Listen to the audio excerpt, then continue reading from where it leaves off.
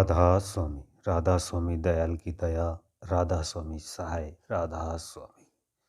प्रेमियों, सत्संगी भाई व बहनों, आप सुन रहे हैं महर्षि शिवरत लाल जी के विचार तथा कर्म का परिणाम।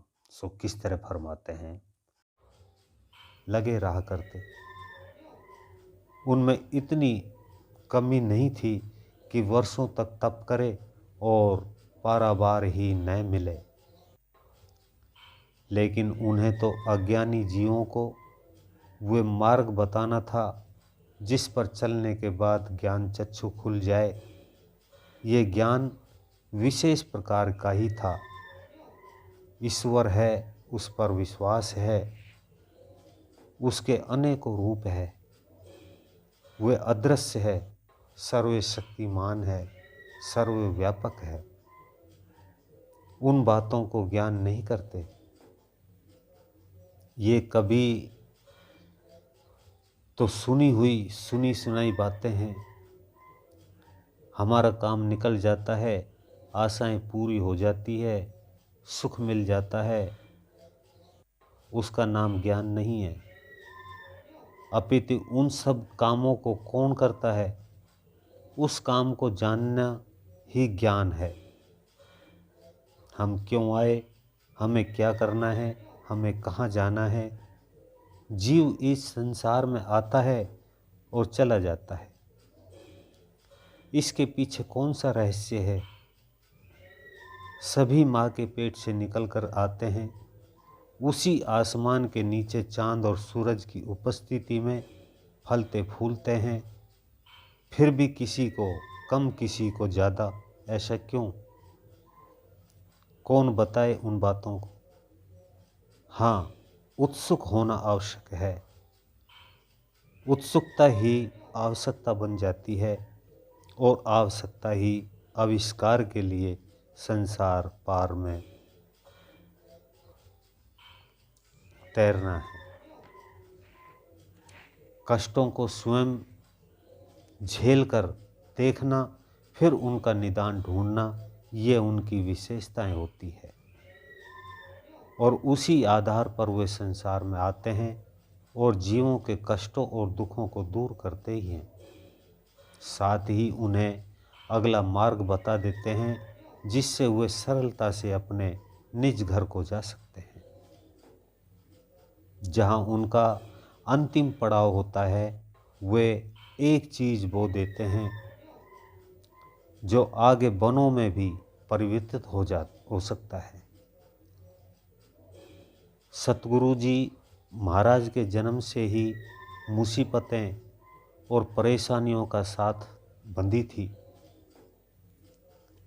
गरीब परिवार में जन्म, सभी चीज़ों का अभाव, सामाजिक तिरस्कार आदि ऐसा वातावरण जहाँ जीवन बड़ा ही कठोर हो जाए। परिस्थितियों से मेल कर लेना सरल नहीं था। घरेलू वातावरण को समझकर उनके हिसाब से स्वयं को व्यवस्थित किया और अटल सुख का मार्ग खोज निकालने की ठान ली, जिससे घर किसी साधारण इंसान को दुख का कोई काम ही न पड़े। ये तो स्पष्ट जान पड़ता था कि वह वस्तु सरलता से तो हाथ आने वाली नहीं है। अतः उन्होंने रातों की नींद पर काबू किया। सारा दिन कठोर मेहनत कर लेने के बाद शरीर को आराम की आवश्यकता होती है। ज़रूरत से कम खाकर नींद को रोकने के लिए अपने लंबे लंबे केसों को रस्से द्वारा छत से बांधकर अभ्यास किया। इस सांसारिक सुख को छोड़कर उस पारंपरिक आध्यात्मिक सुख की खोज शुरू की। पारिवारिक व सामाजिक जीवन का एक बहुत ही अनूठा उदाहरण हमारे सामने रखा।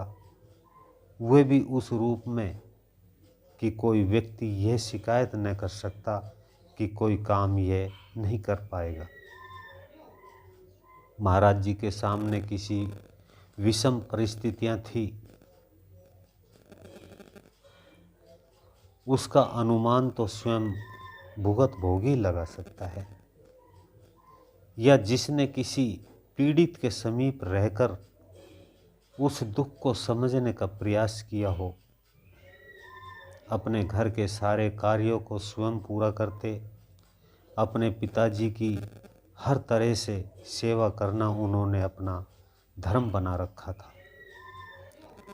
स्वस्थ शरीर है तो खाने पीने का ख्याल रखना, और यदि कुछ तकलीफ अथवा कोई शारीरिक कष्ट हो तो बड़ी ही तसल्लीता के साथ सेवा करना अपना पहला कर्म माना था।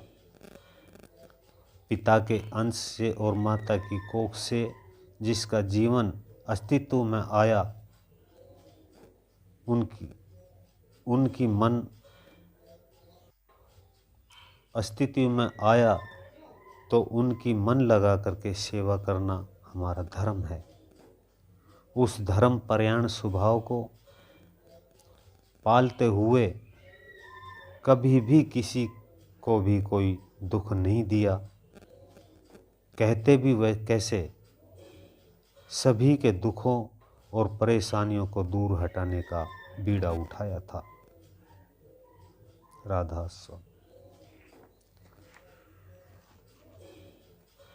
भी आप सुन रहे थे परम संत सतगुरु कंवर साहिब महाराज जी का ये सत्संग। इससे आगे सुनने के लिए वीडियो को लाइक करें, चैनल को सब्सक्राइब करें, ज़्यादा से ज़्यादा शेयर करें। सभी सत्संगी भाई बहनों को राधा स्वामी।